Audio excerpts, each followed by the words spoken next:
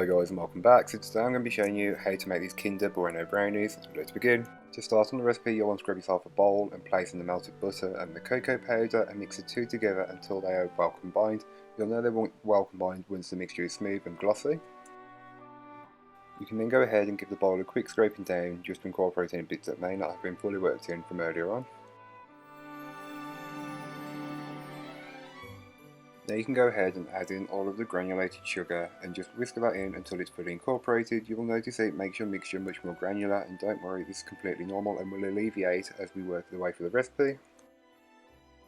Now add in your eggs and your vanilla and just whisk them all in until it's fully incorporated, and you'll notice that your mixture goes from quite granular to very smooth and liquidy. This is completely normal.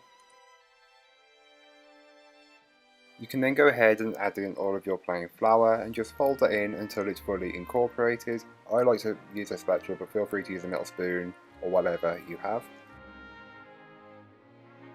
You will then want to go ahead and add in your milk and white chocolate chips along with Kinder Bueno and Kinder bars. You just fold all of that in until it's fully incorporated and fairly distributed throughout the batter. Now you'll want to grab yourself a lined 8-inch square baking tin and pour in your brownie batter. Get as much of it in there as possible, then level it out. Feel free to use your spatula like I do, or if you want to get it a bit more smooth and more consistent, feel free to use a cranked palette knife or whichever works best for you.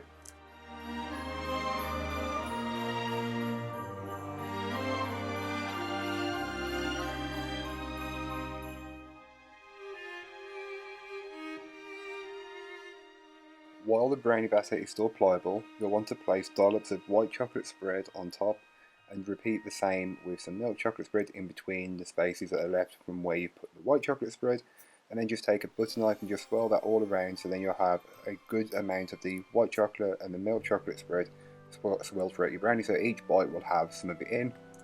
Adding the chocolate spread on top is completely optional, but I find it adds more flavour and texture, which who doesn't want more with their brownie? But feel free to completely skip it out if you don't like it or don't want to do it.